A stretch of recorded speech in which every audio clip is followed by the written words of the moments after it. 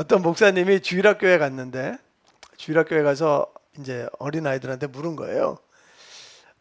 아담하고 하와가 언제 그 선악과를 따먹었다고 생각하니? 그랬더니 어떤 아이가 용감하게 손을 딱 들더니 한 9월 15일쯤에 따먹었을 것 같아요. 그러는 거예요. 그래서 목사님 깜짝 놀라갖고 아니 네가 그걸 어떻게 하니? 그랬더니 아 그때쯤이 돼야지 사과가 있거든요. 이렇게 얘기를 했대요. 이게 조금 더 잘 먹히네요. 네. 많은 사람들이 우리는 이제 사과라고 생각을 하는데 이스라엘에서는 아마 무화과다 이렇게 생각을 해요. 왜냐하면 아담과 하와가 벗었을 때 무화과 나무 잎으로 옷을 해 입었다 그랬거든요. 그래서 전통적으로는 무화과 열매를 따먹었을 거다 이렇게 생각하는 사람들도 있고요. 그 다음에 그 이스라엘에서 대표적인 과일이 뭐냐면 대추예요. 야자수에서 열리는 대추가 있는데 그게 어마어마하게 맛있어요. 그리고 거기에서 꿀을 내서 먹는데 그 꿀에다가 뭐 피라브레드도 찍어 먹고 토마토도 찍어 먹고 오이도 찍어 먹고 그러거든요. 근데 일단 그 꿀이랑 닿으면 모든 게 다 맛있어요. 신기하더라고요. 그래서 아마 대추 야자가 아닐까 이렇게 생각하는 사람들도 있다 그래요. 근데 그거는 아무도 모르고요. 우리는 생각하기를 하나님이 이제 선악을 알게 하는 지혜의 나무의 열매를 먹지 말라고 아담하고 하와한테 얘기를 하셨는데 아담과 하와가 거기에 대해서 불순종하죠. 그리고 뱀이 아담과 하와를 유혹할 때 이렇게 이야기합니다. 너희들 그거 먹으면 눈이 밝아져서 하나님 같이 되고 그 다음에 선악을 알게 될 거야 이렇게 유혹을 하죠. 그게 아마 사실이었던 것 같아요. 왜냐하면 하나님께서도 이들이 우리와 같이 선악을 알게 되었으니 에덴 동산에서 내보내자 이렇게 결정을 하세요. 우리가 생각할 때는 선악을 분별하는 게 그 좋은 일 아닌가? 이렇게 생각이 들 수도 있어요. 동의하십니까? 왜냐하면은 내가 바르고 옳은 일을 해야지 악하고 나쁜 일을 할 수는 없잖아요. 그런데 여기에 문제가 있어요. 하나님은 공의롭고 정의로운 분이기 때문에 당연히 선악을 분별하시고 결정을 내려 주셔야 돼요. 그런데 우리 인간은 죄로 인해서 오염이 됐기 때문에 우리가 옳다고 생각하지만 그게 하나님 눈에는 옳지 않은 걸 수가 있어요. 왜냐하면 우리가 내리는 모든 결정에는 우리의 유익과 우리의 이익을 위해서 결정을 하기 때문에 그렇습니다. 한번 보세요. 아담과 하와가 선악과를 따먹고 하나님을 대면을 했어요. 근데 그들이 가장 먼저 한 일이 무엇인 줄 아세요? 아담은 하와를 탓했어요. 하나님이 주신 저 여자 때문에 내가 이거 먹은 거 아니에요. 핑계를 그렇게 대더라는 거예요. 그리고 하와는 어떻게 해요? 하와는 하나님, 저 뱀이 저를 살살 꼬여갖고 제가 이거 먹은 거예요. 이 사람들이 핑계와 변명을 했지만 그 핑계와 변명의 뒷면에는 자기를 보호하기 위해서 자기한테 유익을 주기 위해서 그렇게 대답을 했다는 거죠. 그리고 아담과 하와의 아들들도 마찬가지예요.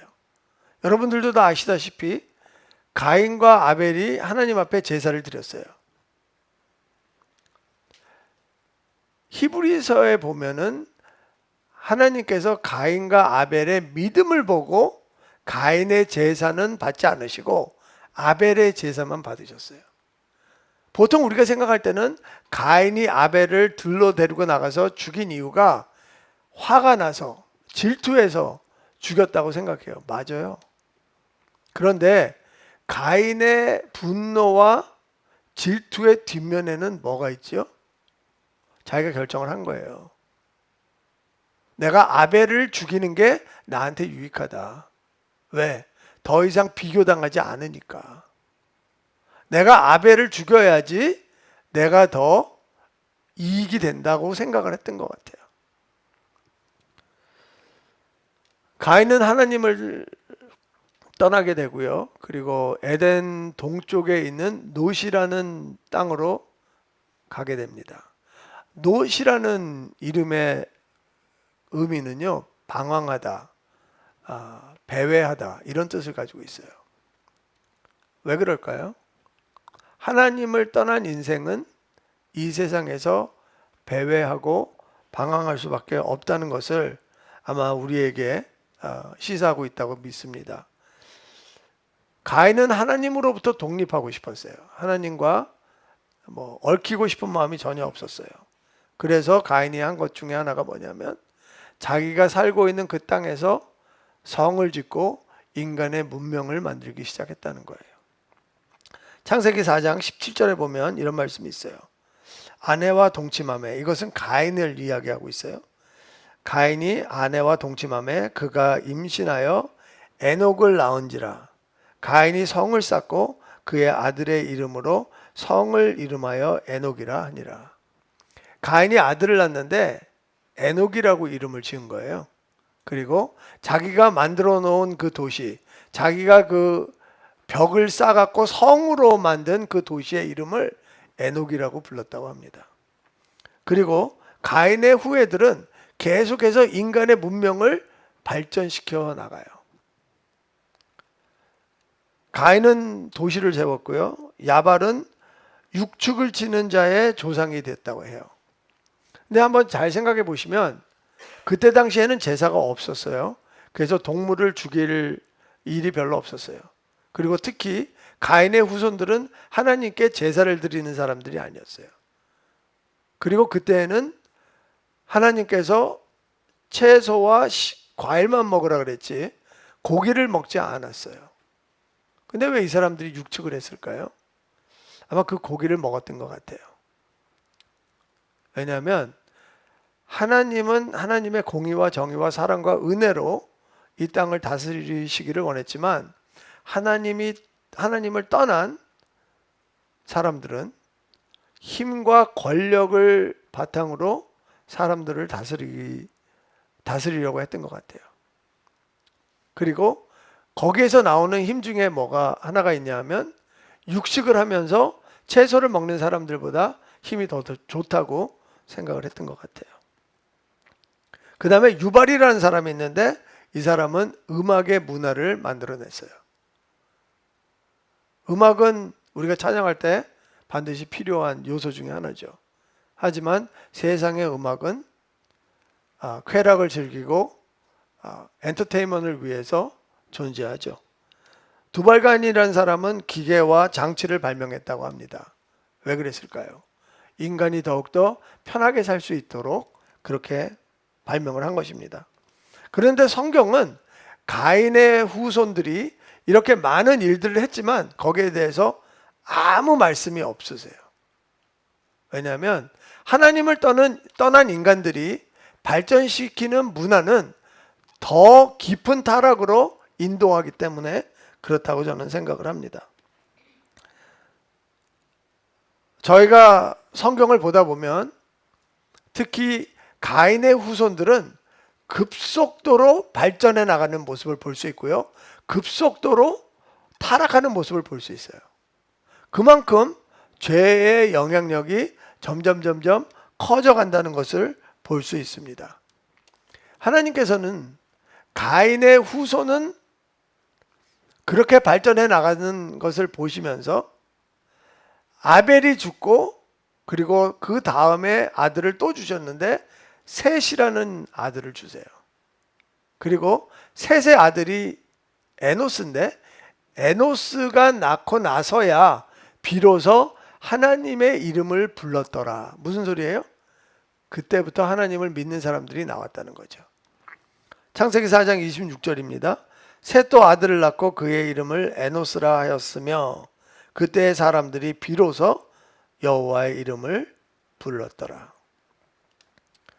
성경은 인간을 여러 종류로 나누지 않아요. 두 부류로 나눠요. 하나는 가인의 후손, 하나는 셋의 후손.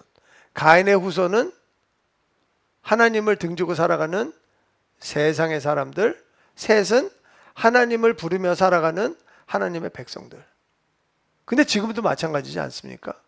예수 그리스도를 믿는 그리스도인들과 예수 그리스도를 아직 영접하지 못한 세상 권세에 붙들려서 사는 그런 사람들로 나눠지고 있다는 겁니다.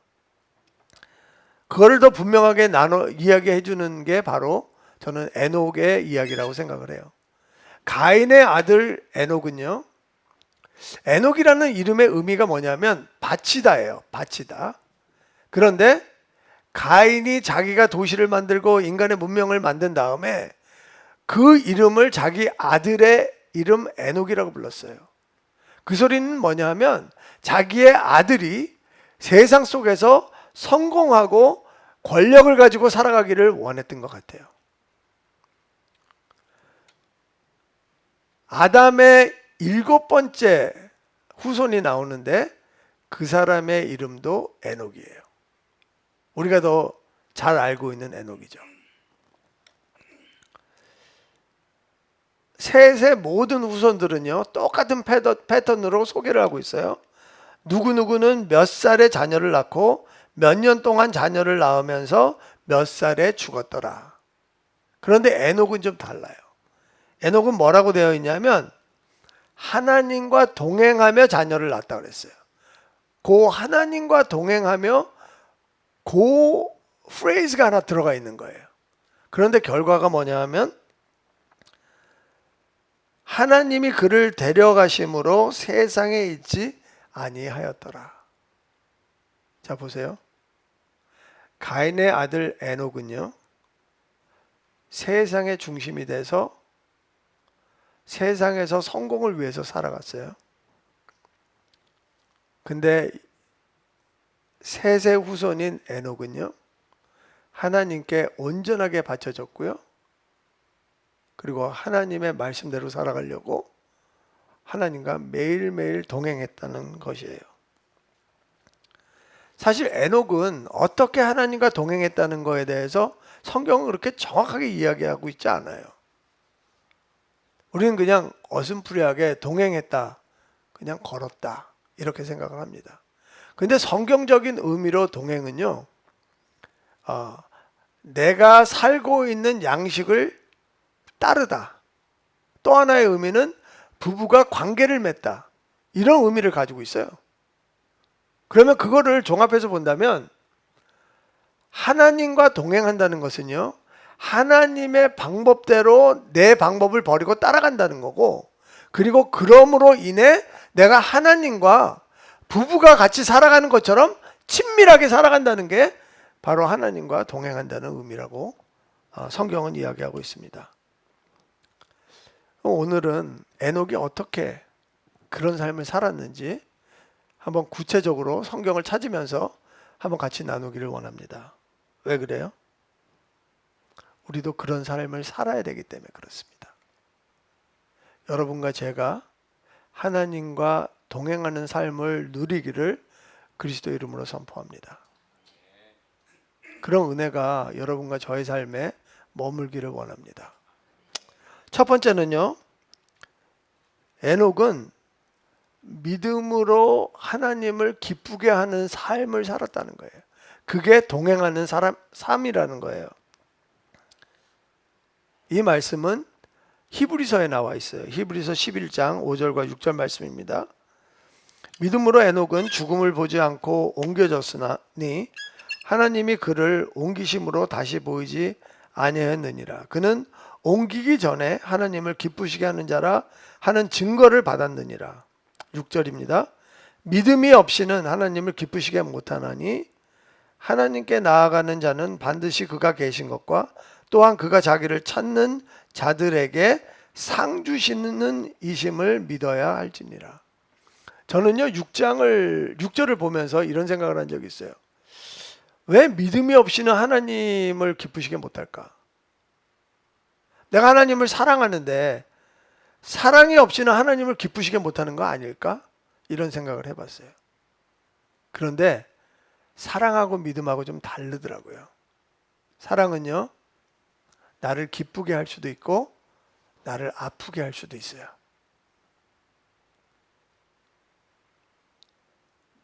믿음은요, 신뢰라는 의미를 가지고 있어요. 내가 누구를 신뢰한다는 건요, 기뻐할 수밖에 없어요. 아픔이 없어요. 배신 당하기 전에는. 맞습니까? 제가 오래전에 무슨 한국 영화를 봤는데 무슨 영화인지 기억은 안 나요. 내 아들이 범죄를 저질러서 감옥에 간 거예요. 엄마가 면회를 왔어요. 근데 아들이 막 울면서 엄마한테 미안하다 그러는 거예요. 제가 그걸 보면서 사랑으로 하나님을 기쁘게 할 수 없구나. 사랑으로 부모를 기쁘게 할 수 없구나. 믿음이 있어야지, 신뢰가 있어야지 기쁨이 생기는구나. 그때 깨우쳤어요. 그 아들이, 감옥에 있는 아들이 자기 엄마를 사랑하지 않았을까요? 사랑하지 않아서 감옥에 갔을까요? 아니요. 정말 사랑했어요. 근데 엄마의 마음이 기쁠까요? 감옥에 있는 아들이 사랑은 하지만 엄마의 마음이 기쁘겠어요? 안타깝지. 맞습니까? 아마 엄마는 아들한테 그렇게 살지 말라고 여러 번 충고를 했을 거예요. 하지만 아들은 엄마의 말을 듣지 않았고요. 그리고 그 지경까지 갔던 거예요. 우리도 마찬가지예요. 우리가 하나님께서 말씀하시는데 하나님의 말씀을 신뢰하지 않는다. 그러면 하나님이 기뻐하지 못하시죠. 하나님이 말씀을 주셨는데도 불구하고 우리 뜻대로 살아간다면 물론 하나님이 우리를 사랑하시죠. 물론 하나님이 우리를 보호하시죠. 인도해 주시죠. 그럼에도 하나님 마음에 기쁨이 없을 수 있다는 거예요.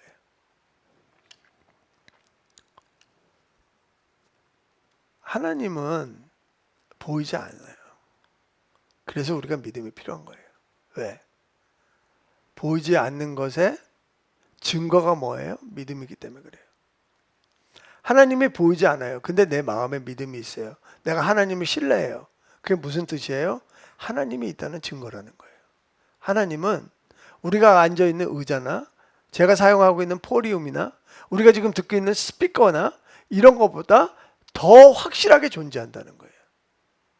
우리가 믿음을 갖는다는 것은요, 하나님이 확실하게 존재한다는 것을 믿는 거예요. 아멘. 또 하나는 내가 확실한 하나님을 믿고 나아갈 때 하나님께서는 상을 주시는 분이라는 것을 믿어야 된다는 거예요. 하나님은 우리에게 무슨 상을 주실까요? 여러분들 속에 벌써 머리에 이렇게 떠오르는 게 있죠. 돈다발, 뭐 큰 집, 좋은 차. 네, 그것도 복이죠. 부인하는 거 아니에요. 우리는 물질적인 세계에 살고 있기 때문에 그런 거 다 필요해요. 근데 하나님 생각은 달라요. 하나님이 생각하시는 가장 큰 복, 하나님이 생각하시는 가장 큰 상급은 바로 하나님 자신이에요. 왜 우리 가끔가다 그러잖아요. 부부끼리 발렌타인스데이 때 초콜릿을 못 샀어. 꽃을 못 샀어. 그래서 집에 갖고 내가 당신한테 가장 큰 선물이야. 그럼 귓방망이 맞죠? 근데 하나님하고 저희는 달라요. 왜 달라요? 하나님은 우주 만물을 창조하신 분이에요. 그런데 우주 만물을 창조하신 창조주가 나에게 오는 상급이라면 나는 이 세상 모든 것을 다 가지고 있는 거예요. 근데 우리는 그거를 무시하는 거죠. 아까 우리 최 목사님께서 지금 우리가 누가복음부터 지금 이번 주에 요한복음까지 다 읽는다고 광고를 해주셨어요. 우리는 매일 4장씩 성경을 읽고 있어요. 그게 얼마나 중요한 건지 아세요? 우리가 성경을 읽을 때마다 하나님이 우리 교회에다 속삭이고 계시는 거예요. 우리가 성경을 읽을 때마다 하나님이 우리의 생각을 바꿔나가시는 거예요. 내 생각은 여기 있어요. 하나님 생각은 여기 있어요. 근데 하나님이 계속해서 내 생각을 이쪽으로 끌고 가시는 거예요. 왜? 그 방법이 맞는 방법이기 때문에 그래요. 여러분, 우리가 성경을 읽을 때마다 하나님이 어떤 분이라는 것을 알 수 있어요. 그리고 우리가 성경을 읽을 때마다 하나님이 우리를 얼마나 사랑하시는지, 그리고 어떻게 사랑하시는지 알 수 있어요. 만약에 저는 이렇게 믿어요. 만약에 여러분들이 예수 그리스도를 여러분의 구주로 영접했다는 것은 여러분 안에 성령님이 계시다는 거예요. 성령님이 없이 예수 그리스도를 구주로 영접할 수 없어요. 고백할 수 없어요. 그거는 무슨 뜻이에요? 내 안에 성령님이 나를 계속해서 중보해 주시고 인도해 주신다는 거예요. 여러분, 성경은요, 하나님의 감동으로 쓰여진 거예요. 그냥 읽는다고 이해가 되는 책이 아니에요. 성령님한테 기도하시기 바라요. 성령님은 우리가 성경을 읽을 때 지혜와 총명을 주실 거예요. 물론 그렇다고 우리가 성경을 배우지 않아도 된다는 건 아니에요. 교회에서 성경 공부를 할 때 여러분들 참석하세요. 여러분들 예배가 있을 때 참석하세요. 내가 혼자 있다고 은혜를 받을 수 있어요. 하지만 하나님께서 따로 은혜를 준비해 주시는 공간이 있어요. 근데 그 공간에 가셔야 돼요. 그래야지 은혜를 받을 수 있는 거고요. 그래야지 하나님의 복을 받을 수 있는 거예요. 예수님께서 갈릴리 호숫가에서 많은 무리들을 향해서 말씀을 나누실 때 사람들이 너무 많아서 그 호숫가 주변에 사람들은 있고 예수님은 베드로의 배를 조금 띄워서 호수에서 사람들을 가르치셨어요. 그때 베드로는요, 하루 종일 밤새도록 고기를 잡으려고 했는데 한 마리도 못 잡았어요. 그래서 이제 아침이 돼서 자기 그물을 다 씻고 있을 때 예수님이 그 일을 하신 거거든요. 예수님이 무리를 다 가르치신 후에 베드로한테 이렇게 이야기했어요. 너 그물을 들고 저기 깊은 데 가서 한번 그물을 내려봐라. 베드로한테 씨알도 안 맥히는 소리거든요. 왜냐하면 예수님은 목수예요. 목수가 어떻게 어부한테 고기 잡는 거를 가르치세요? 만약에 베드로가 배를 고치고 있는데 예수님이 야 거기다 못질하는 거 아니야 이렇게 얘기했으면 먹힐 수도 있어요. 근데 베드로가요 엄청난 고백을 해요. 시몬이 대답하여 이르되 선생님 우리들이 밤이 새도록 수고하였으되 잡은 것이 없지만은 말씀에 의지하여 내가 그물을 내리리이다.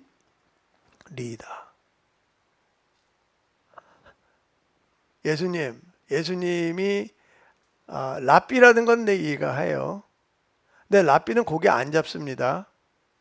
그런데 예수님이 말씀하셔서 내가 한번 해보겠습니다.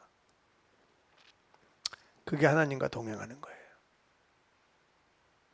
베드로는 예수님을 자기 생각에 요만한 박스 안에 집어넣었어요. 목수라는 박스 안에 집어넣었고요. 랍비라는 박스 안에 집어넣었어요. 근데 언제 이 박스를 넘어서 믿음을 가질 수 있어요? 하나님이 창조주라는 박스 안에 넣을 수 없을 때 그때 믿음이 생기는 거예요. 아, 하나님이 이런 일을 충분히 하실 수 있구나. 내가 생각하는 거를 넘어서 상상하지 못하는 방법으로 하실 수 있구나. 그게 믿음이고요. 그게 하나님을 기쁘시게 하는 거예요. 제가 몇 달 전에 어떤 한 집사님이 선교를 가셔야 되는데 이 핑계 저 핑계 대고 선교를 못 가겠다 그러는 거예요. 그래서 내가 집사님 거 가셔야 되는데, 그리고 주위에 있는 여러분들이 가시라고 막 권면을 했어요. 근데 계속해서 어머니가 아프시고 본인도 병이 나서 힘들고 핑계와 변명을 계속 하시더라고요. 그래서 제가 이제 그분을 위해서 계속 기도하고 있었는데 하나님이 그 말씀을 주시는 거예요. 이는 하늘이 땅보다 높음 같이 내 길은 너희 길보다 높으며 내 생각은 너희의 생각보다 높음이니라. 이사야서 말씀을 주시는 거예요. 그래서 제가 그분한테 기회가 있을 때 이 말씀을 드렸어요.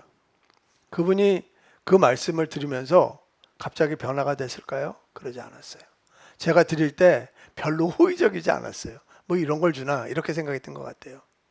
근데 이유가 어찌 됐든 그분이 선교를 갔는데 조건부로 갔어요. 일찍 오는 조건으로 그분이 선교를 갔어요. 그런데 그분이 비행기표를 바꾸고 그 선교를 다 마치고 돌아오셨어요. 며칠 전에 그분과 함께 식사할 수 있는 기회가 있었어요. 근데 그분이 저한테 그러는 거예요. 그때 목사님이 주신 말씀이 내 생각을 바꿨다고 그러더라고요. 여러분, 하나님과 동행한다는 거예요. 내가 하나님의 말씀과 내 생각에 부딪혀야 돼요. 그리고 하나님의 말씀에 순종해야 돼요. 그게 하나님과 친밀해지는 거고요. 그리고 내 삶의 방식, 내 라이프 스타일이 바뀌기 시작하는 거예요. 우리는 크리스찬들이 변화된다 그러죠. 여러분들의 라이프 스타일이 변하지 않았다면 아직 은혜 못 받은 거예요. 근데 여러분들의 라이프 스타일이 바뀌기 시작한다? 그건 은혜를 받은 거예요. 두 번째는 세상의 경건의 본이 되는 거라는 거예요. 이거는 또 유다서에 나와 있어요. 딱 두 군데 에녹에 대해서 설명이 있는데 히브리서와 유다서에 있어요. 유다서의 1장 14절부터 16절, 좀 길지만 제가 읽어드리도록 하겠습니다. 아담의 7대손 에녹이 이 사람들에게 대하여도 예언하여 이르되 보라, 주께서 그 수만의 거룩한 자와 함께 임하셨나니 이는 뭇사람을 심판하사 모든 경건하지 않은 자가 경건하지 않게 행한 모든 경건하지 않은 일과 또 경건하지 않은 죄인들이 주를 거슬러 한 모든 완악한 말로 말미암아 그들을 정죄하려 하심이라 하였느니라. 이 사람들은 원망하는 자며 불만을 토하는 자며 그 정욕대로 행하는 자라. 그 입에서 자랑하는 말을 하며 이익을 위하여 아첨하느니라. 하나님께서는요, 에녹을 예언자로 쓰신 것 같아요. 그리고 세상이 포악하고 패역하고 부패할 때 하나님께서는 에녹을 경건의 모델로 사용하신 거예요. 놀라운 사실은요, 하나님께서 우리에게 뭐라고 말씀하셨냐면 내가 거룩하니 너희도 거룩하라고 그랬어요. 그럼 경건은 뭐예요? 경건은 거룩해지는 훈련 과정을 경건이라고 그러는 거예요. 그런데 이 경건, 이 거룩, 이것은 교회 안에 머물러 있는 게 아니라 죄악으로 포화된 상태에 있는 세상에 나가서 거룩을 보이라는 거예요. 여러분, 레위기 하면 여러분 마음속에 딱 드는 단어가 있어야 돼요. 뭐예요? 제사가 아니라 거룩이에요. 그 레위기는 우리가 어떻게 거룩하게 살 수 있는지를 알려주는 책이에요. 레위기 19장에 보면은요, 그 직업들이 나오는데 하나님께서 뭐라고 이야기하시냐면 너희가 가지고 있는 직업 있지, 그 직업에서 이렇게 하는 게 거룩이다 말씀하시는 거예요. 여러분, 농부들의 거룩이 뭐예요? 농부들의 거룩은요, 씨 잘 뿌리고요, 물 잘 주고, 그래서 많은 수확을 내는 게 농부들의 거룩이라는 거예요. 그리고 추수할 때 모퉁이를 남겨두는 게 거룩이라는 거예요. 아멘. 이 모퉁이에 남겨두는 거예요. 왜 남겨두요? 그 동네에 고아, 나그네, 과부, 힘들게 사는 사람, 이런 사람들을 위해서 남겨두라는 거예요. 여러분, 우리는요, 이런 생각을 안 하고 살잖아요. 그러면 나보다 힘들게 사는 사람들에서 무관심해져요. 우리가 잘 먹고 잘 살 때 조금 남겨줄 수 있잖아요. 미시나에 보면, 미시나가 바로 그 예수님이 말씀하신 장로의 전통이거든요. 근데 거기에 보면 모퉁이를 남길 때 성경은 얼마나 남기라고 이야기하지 않아요. 너의 믿음이라는 거죠. 미시나에서는 60분의 1을 남기라 그래요. 60분의 1은 그렇게 큰 금액은 아닌 것 같아요. 느낌에. 그런데 그래도 좋으니까 그만큼을 가지고 도우라는 거예요. 힘든 사람 있으면 도우라는 거예요. 제가 누구라고 이야기는 안 하겠어요. 이 방에 계세요. 저는 이분이 그렇게 바쁘게 사시는 거, 물론 바쁘게 사는 거 알아요. 근데 그 바쁜 과정에서도 시간을 쪼개서 마켓에 갈 수 없는 분을 도우세요. 그게 모퉁이에요.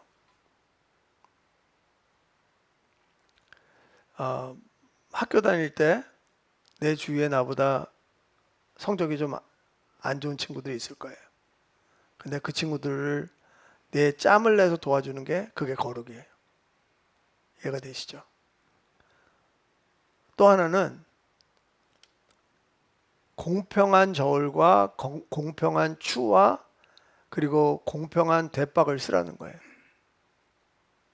장사하거나 아니면 거래할 때 속이지 말라는 거예요. 사실 저는 뭐 집을 고치거나 자동차를 고치거나 무슨 일을 할 때마다 다 사기를 당했어요. 그 보통 가격보다 훨씬 많이 내고 했어요. 제가 사기 당하는 거 몰랐을까요? 다 알죠? 근데 제가 그냥 당해줬어요. 그분들한테 세상에는 이렇게 어리숙하게 사는 사람들도 있다는 걸 보여주고 싶었어요. 그 사람들은 자기네들이 약아서 그렇게 한다고 생각할 수 있어요. 그렇지만 하나님 보기에 그게 그렇게 약은 게 아니라는 거죠. 또 하나는 결정을 할 때 겉모습으로 결정하지 말라는 거예요. 그게 무슨 소리예요? 뭐 잘생기고 못생기고 이런 걸로 결정을 하는 게 아니고 그 사람의 집안, 그 사람의 재력, 그 사람의 학벌, 그 사람의 위치, 그 사람의 지위, 그 사람의 힘, 그 사람의 권력 이런 거 가지고 결정하지 말라는 거예요. 우리는 어떻게 해요? 조금 힘 있는 사람들한테는 자꾸만 비굴해지려고 그래요. 조금 없는 사람들한테는 자꾸만 힘을 과시하려고 그래요. 근데 성경은요, 가난하다고 불쌍하다고 결정 내리는데 그런 거를 보지 말라는 거예요. 결정은 결정대로 하되 도와주라는 거예요. 여러분, 우리는 부모기 때문에요, 자녀들한테 그렇게 해야 된다는 거예요. 우리는 직장 상사이기 때문에요, 그렇게 해야 된다는 거예요. 그렇지 않으면 이 부패한 세상이 더 부패한다는 거예요. 여러분, 이 사회 보면은 이리와 양이 함께 있어요. 이리가 양을 잡아먹지 않아요. 표범이랑 염소가 같이 있어요. 근데 표범이 염소 잡아먹지 않아요. 송아지와 사자가 같이 있어요. 근데 사자가 송아지 잡아먹지 않아요. 그래서 우리는 그 말씀을 천국에 가면 그렇게 살 것이다. 힘 있는 사람들이 힘 없는 사람을 괴롭히지 않을 거다. 이렇게 생각하거든요. 아니요. 하나님 생각은 이 땅에서 그런 일이 일어날 수 있다고 믿는 거예요. 언제? 믿는 사람이 하나님의 공의와 정의를 이 사회에 구현할 때요. 제가 아는 집사님이 계시는데 간호사예요. 근데 어떻게 우연히 대화를 하다가 그분이 이런 얘기를 하시는 거예요. 지금 일하는 병원에서 자꾸만 매니저를 하라고 그러는데 본인은 매니저를 하면 정신적으로 너무 힘들어서 하고 싶지 않다는 거예요. 그래서 제가 좀 미안하지만 제가 이런 얘기 했어요. 집사님, 저는 생각이 좀 다른데요. 그랬더니 뭐가요? 그래서 크리스천들은 그런 기회가 있으면 기도해 보시고 저는 반드시 그 기회를 놓치면 안 된다고 생각하는 사람 중에 하나예요. 그랬더니 그분이 좀 놀라시는 것 같았어요. 꼭 크리스천들이 그렇게 해야 되나요? 그래서 네. 지금 집사님이 일하시는데 공평한가요? 다 사람들이 같은 기회를 받나요? 아니요. 네, 그게 세상이에요. 근데 크리스찬이 아닌 사람이 위로 올라가면 그 밑에서 일하는 사람들은 계속 불공평하게 일을 해야 돼요.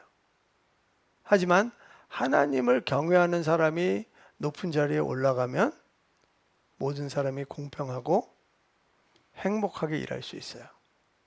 그랬더니 그분이 그러시는 거예요. 저는 그렇게 생각해 본 적이 한 번도 없는데요. 성경이 그렇게 이야기하고 있어요. 다음에 또 기회가 있으시면 기도해 보시기 바래요. 그리고 그 기회를 잡으시기 바래요.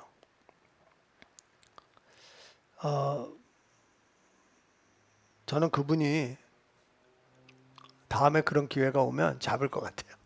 그리고 그분을 위해서 제가 기도할 거예요. 여러분들 제가 무슨 일을 하고 있는지 몰라요. 하지만 여러분들이 하시는 일에서 위로 올라갈 수 있을 때 올라가세요. 그리고 하나님의 정의와 공의를 구현하세요. 그게 하나님 뜻이에요. 세 번째는 에녹은 자신의 자녀가 하나님의 소유인 것을 인정했다는 거예요.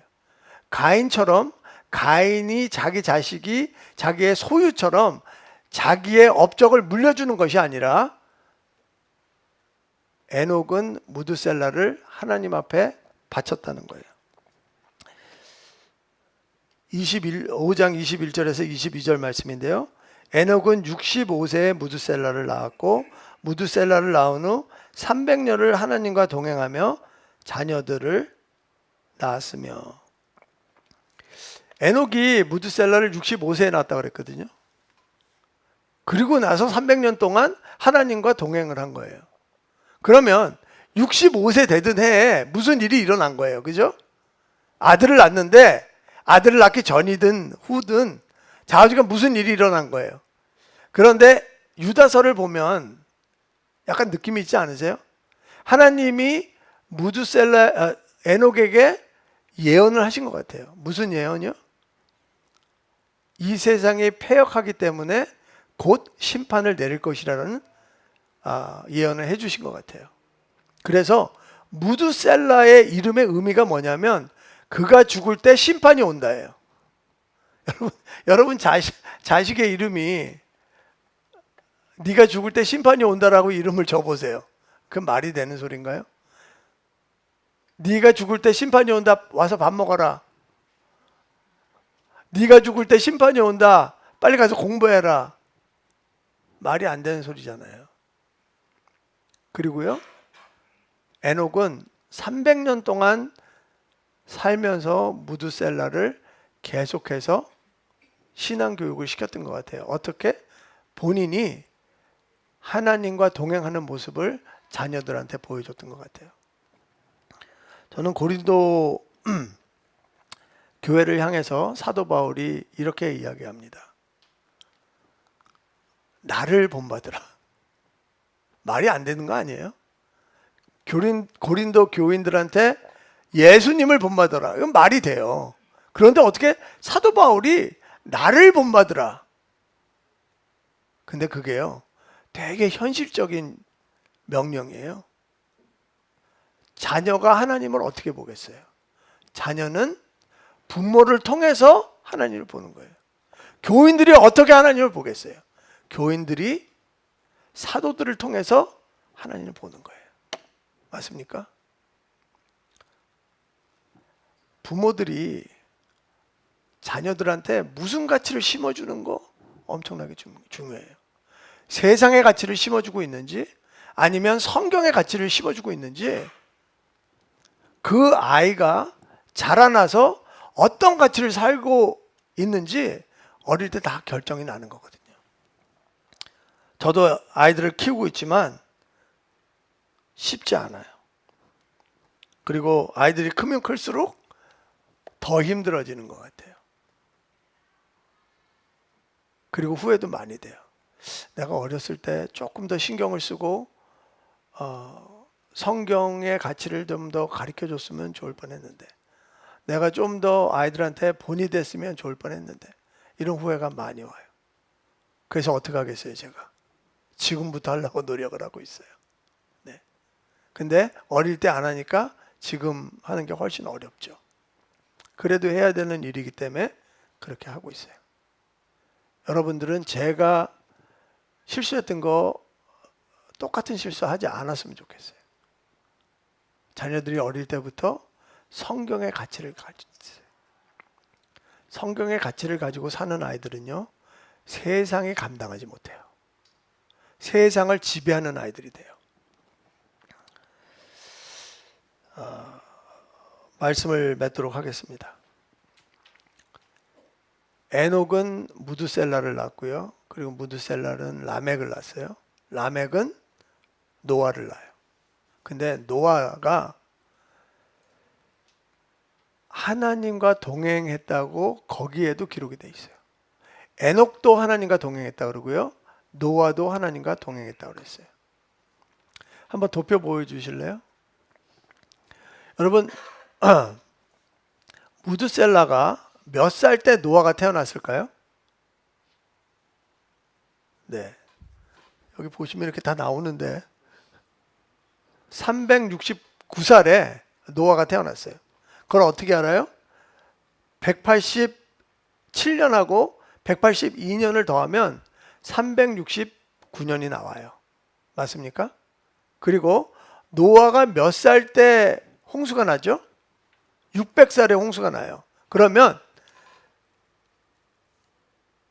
무드셀라가 969살에 홍수가 난다는 소리예요.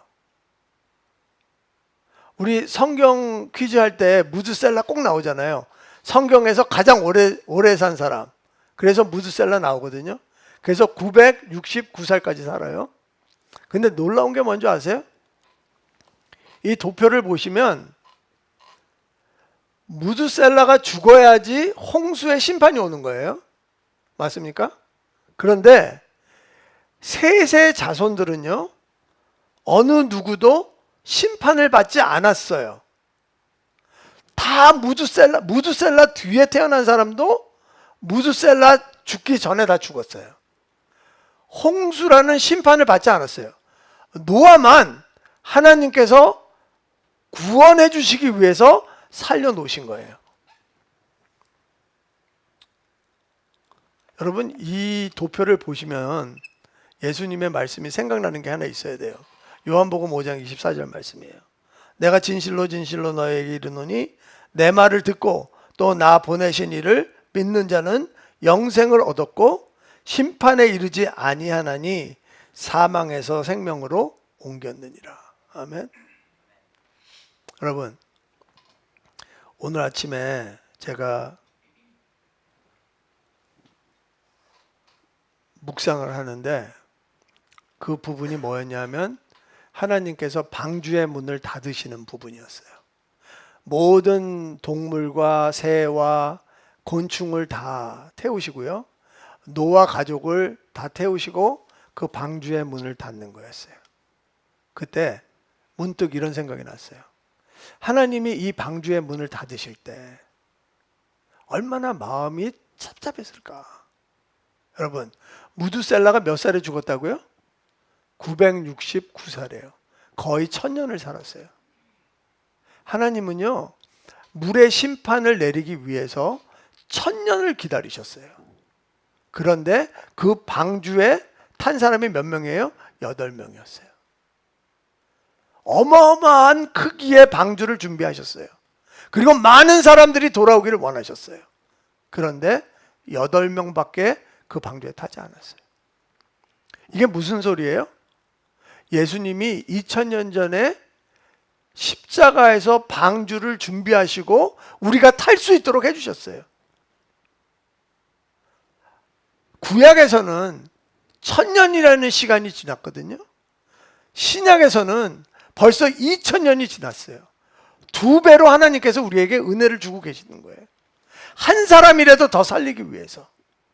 그런데 이게 3배가 될지 4배가 될지 아니면 2배로 끝날지 아무도 몰라요. 우리가 해야 될 일은 뭘까요? 하나님을 믿는 거 중요해요. 하지만 우리가 하나님과 동행할 때 우리 주위에 있는 사람들이 하나님을 볼 수 있다는 거예요. 우리가 세상의 가치대로 안 살고 하나님의 가치로 살 때 사람들은 이야기하지 않지만 그 사람들 생각이 변하는 거예요. 믿음이 변하는 거예요. 여러분과 제가 그런 삶 살기를 소원합니다. 그런 삶 살기를 그리스도의 이름으로 축원합니다. 저는 하나님께서 예수님을 다시 보내실 때 그때 하나님 마음이 찹찹하지 않았으면 좋겠어요. 정말 수많은 사람들이 구름대같이 몰려와서 하나님 앞에 무릎을 꿇고 모든 방언과 모든 민족과 모든 족속이 하나님께 경배했으면 좋겠어요. 여러분, 우리는 그런 꿈을 꾸면서 살아야 돼요. 그게 진정한 크리스찬이에요. 그게 진정한 하나님의 자녀고요. 그게 진정한 하나님 나라의 백성이에요. 기도하시겠습니다.